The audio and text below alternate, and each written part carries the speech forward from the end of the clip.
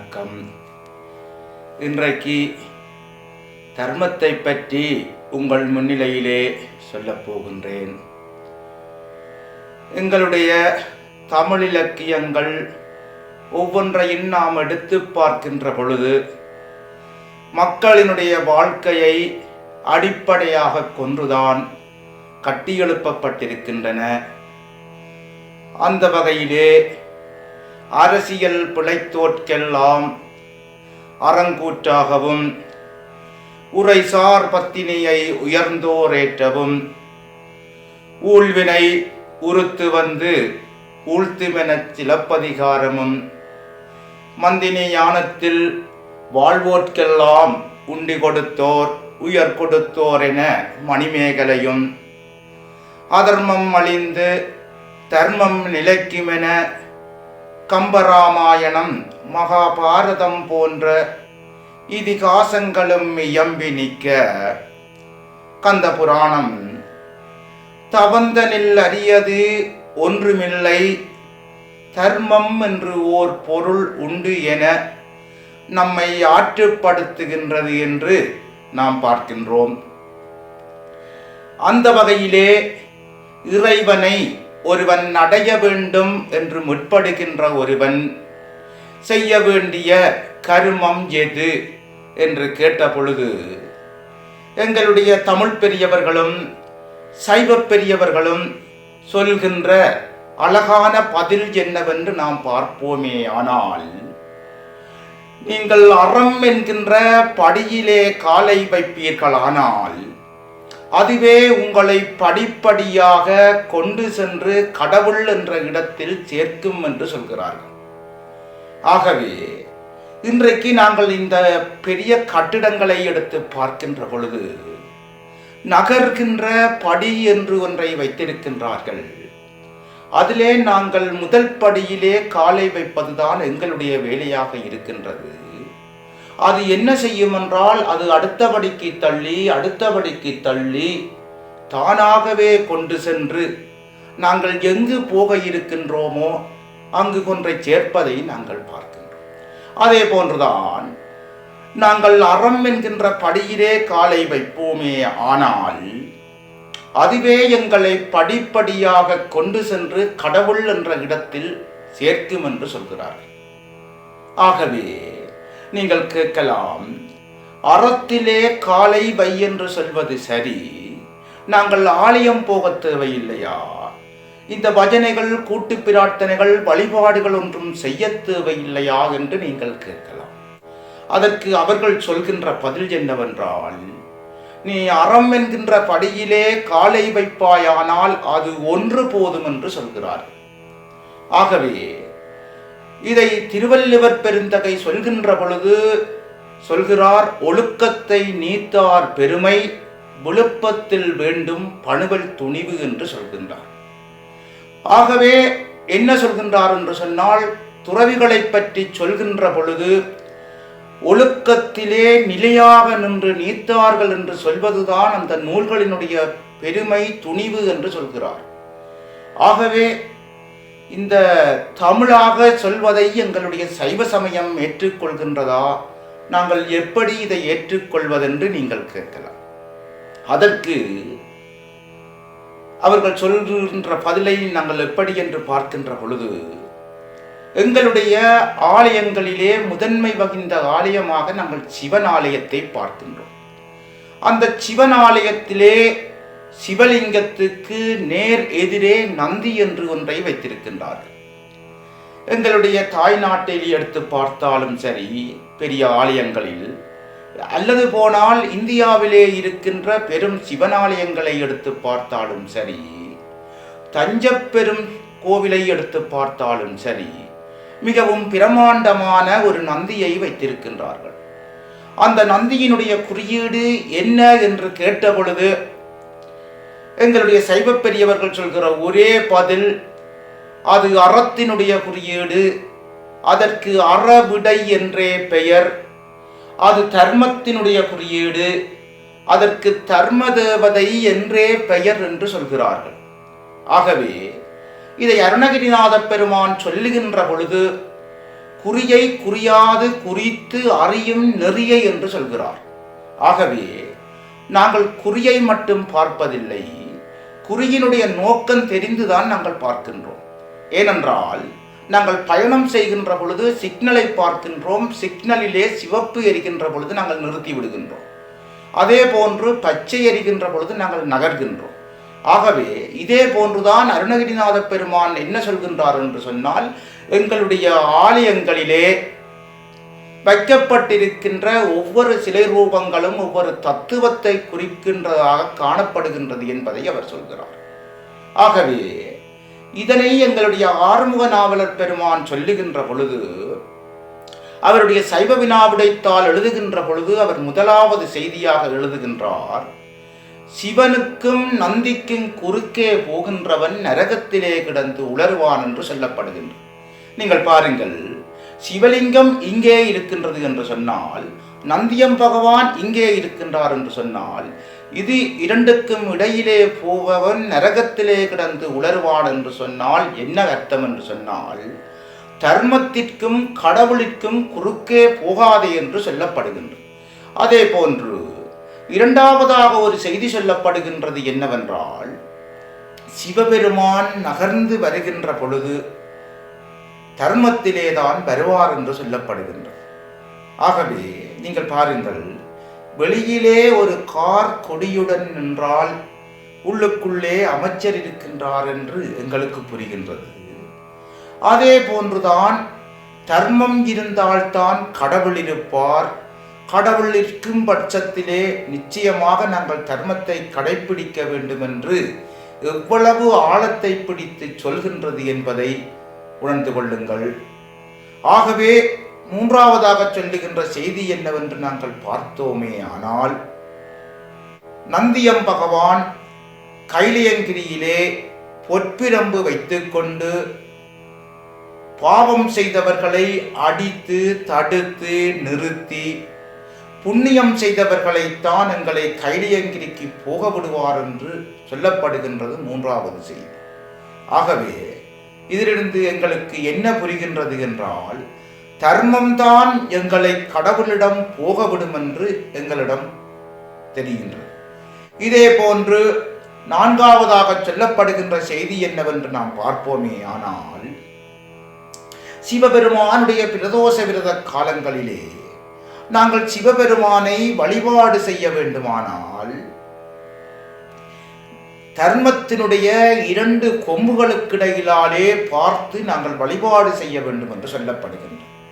ஆகவே இதனுடைய அர்த்தம் என்னவென்று பார்த்தால், நாங்கள் தர்ம எல்லைகளுக்குள் நின்று சிவனை வழிபாடு செய்கின்றோம் என்பதுதான் இதனுடைய அர்த்தமாகும். ஆகவே இப்படி 4 செய்திகள் மூலமாக எங்களுக்கு தர்மத்தினுடைய உண்மையை வெளிப்படுத்தி நிற்கின்றது இந்த செய்திகள் மூலமாக நாங்கள் பார்க்கின்றோம்.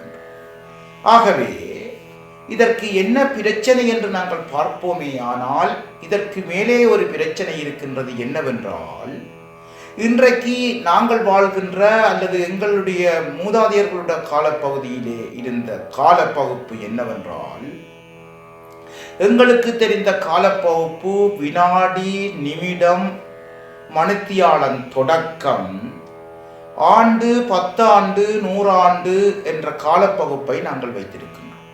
ஆனால் எங்களுடைய பல தலைமுறைகளுக்கு மேற்பட்ட மூதாதையர்களுடைய காலப்பகுப்பு என்னவென்று நாம் பார்ப்போமே ஆனால், அவர்கள் யுகம் என்ற ஒரு காலப்பகுப்பை செய்திருந்தார்கள். அந்த யுகத்தை பிரிக்கின்ற பொழுது அவர்கள் 4 யுகமாக பிரித்தார்கள். கிருதா யுகம், துவார யுகம், தார யுகம், கலியுகம் என்று 4 யுகங்களாக பிரித்தார்கள். அந்த 4 யுகத்தையும் அவர்கள் மாறி மாறி வரும் என்று சொல்லுகின்ற பொழுது, முதலாவது யுகமான அந்த கிருதா யுகத்திலே அந்த தர்மதேவதை பசு 4 கால்கள் ஊண்டி நிற்கும் என்று சொல்லப்படுகின்றது. ஆகவே அந்த காலத்திலே தர்மம் மிகவும் தராசு போன்று இருக்கும் என்று சொல்லப்படுகின்றது. அதே போன்று அந்த 3வது யுகத்தில் மாறி வருகின்ற பொழுது தர்மதேவதை பசு 1 கால்கள் ஒடிக்கப்பட்டு 3 காலிலே தாங்கி நிற்கும் என்று சொல்லப்படுகின்றது. அதே போன்று அந்த நாங்கள் 2வது யுகம் என்று சொல்லப்படுகின்ற அந்த 2வது யுகத்திலே தர்மதேவதை பசுவிற்கு 2 கால்கள் ஒடிக்கப்பட்டு 2 காலிலே தாங்கி நிற்கும் என்று சொல்லப்படுகின்றது.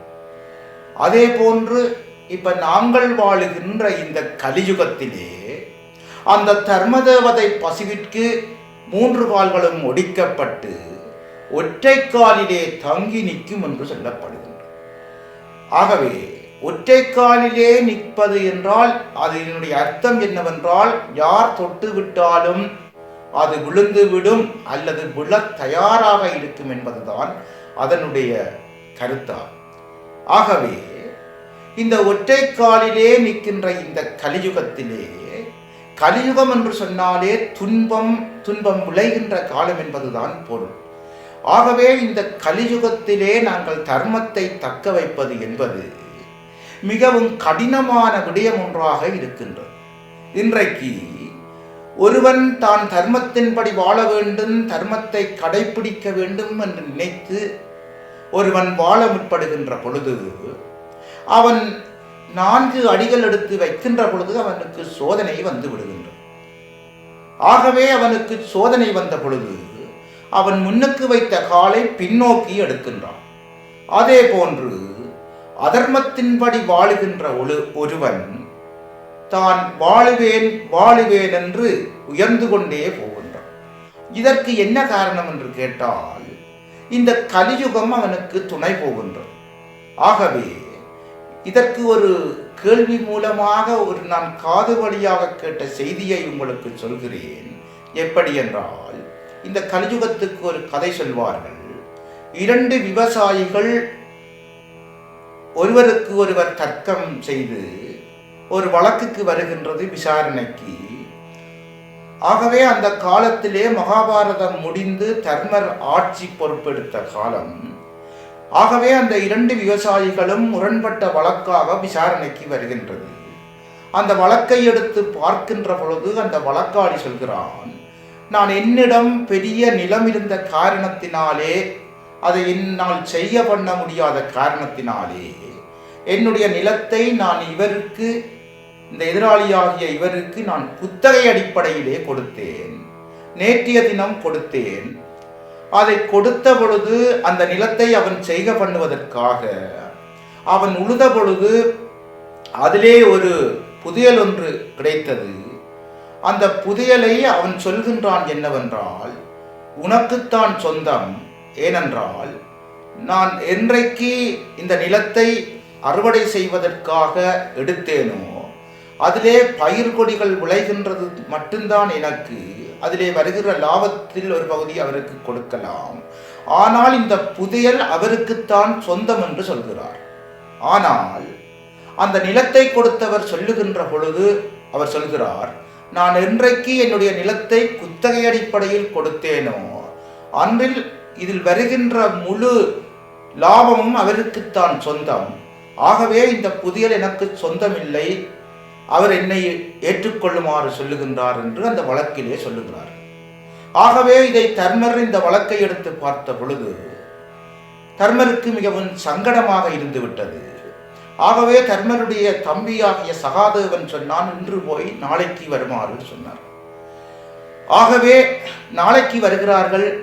நாளைக்கு விசாரணைக்கு வருகின்ற பொழுது அந்த வழக்கு போட்டவர் நிலத்துக்கு சொந்தக்காரன் சொல்கின்றான், நான் நேற்றைய தினம் தெரியாமல் சொல்லிவிட்டேன், இந்த புதையல் எனக்குத்தான் சொந்தம். நான் என்னுடைய நிலத்திலே கீழிருந்த புதையல் எனக்குத்தான் சொந்தம், என்னிடம் தரச் சொல்லுங்கள் என்று சொல்கிறான். ஆனால் அந்த எதிராளியை கேட்ட பொழுது எதிராளி சொல்கின்றான் என்னவென்றால், என்றைக்கு அந்த நிலத்தை எனக்கு சொந்தம் என்று தந்து விட்டாரோ அன்றிலிருந்து இந்த நிலத்திலே விளைகின்ற அனைத்தும் எனக்குத்தான் சொந்தம் என்று சொல்கிறான். ஆகவே சகாதேவனை பார்த்து தர்மரை கேட்ட பொழுது தர்மர் சொன்னார், நேற்று இரவுதான் கலியுகம் பிறந்தது, இந்த கலியுகத்தின் கோளாறுதான் இப்படி என்று சொன்னார்கள். ஆகவே இவர்கள் இதற்கு என்ன செய்யலாம் என்று தீர்மானித்தவர்கள் அவரை பார்த்து கேட்டார், வழக்காளியை பார்த்து கேட்டார், உனக்கு எத்தனை பிள்ளைகள் என்று. அவர் சொன்னார், எனக்கு ஒரு பிள்ளை. என்ன பிள்ளை என்று கேட்ட பொழுது அவர் சொன்னார், தனக்கு பெண் பிள்ளை என்று. எதிராளியை கேட்ட பொழுது கேட்டார்கள், உனக்கு எத்தனை பிள்ளை என்று. அவரை பார்த்து கேட்ட பொழுது அவர் சொன்னார், தனக்கு ஆண் பிள்ளை என்று. ஆகவே இருவரையும் திருமணம் செய்து வைத்து அந்த வழக்கை தீர்த்ததாக ஒரு செய்தி உண்டு. ஆகவே இப்படி இந்த கலியுகத்திற்கு ஒரு உதாரணத்திற்கு இந்த கதையை சொல்லுவார்கள். ஆகவே நீங்கள் பாருங்கள், நாங்கள் கந்த புராணத்திலே ஒரு செய்தி பார்க்கின்றோம். காசிப முனிவருக்கு இருந்த பிள்ளைகள் 3 பிள்ளைகளும் சிங்கமுகம் கொண்ட சிங்காசுரனும், யானை முகம் கொண்ட தாரகாசுரனும், அசுரமுகம் கொண்ட சூரபத்மனும் என்று மூவரையும் 3 வயதிலே காசிப முனிவர், அந்த காலத்திலே பிள்ளைகளை தந்தை நல்லாக படித்திருந்தால் தந்தைதான் முதல் பாடமாகிய ஏடு தொடக்குகின்ற வழக்கம் இருந்தது. ஆகவே ஒரு நல்ல நாளாக பார்த்து காசிப முனிவர் அழைத்தார். பிள்ளைகளே வாருங்கள், நான் உங்களுக்கு ஆரம்ப கல்வியான ஏடு தொடக்குதலை சொல்லித் தருகின்றேன் என்று அழைத்தார். ஆகவே தந்தை ஏடு தொடக்குகின்ற விடயத்திலே தாயாகிய மாயைக்கு அதிக விருப்பம் காணப்படாத காரணத்தினாலே தந்தை ஏடு தொடக்குகின்ற பொழுது முதல் பாடமாக பிள்ளைகளே கேளுங்கள் என்று சொல்லிவிட்டு அவர் முதல் பாடமாக சொல்லிக் கொடுத்தார். தர்மம் என்று ஓர் பொருள் உண்டு, அதை அமரராலும் அறியொணாதது என்று சொல்லிக் கொடுத்தார்.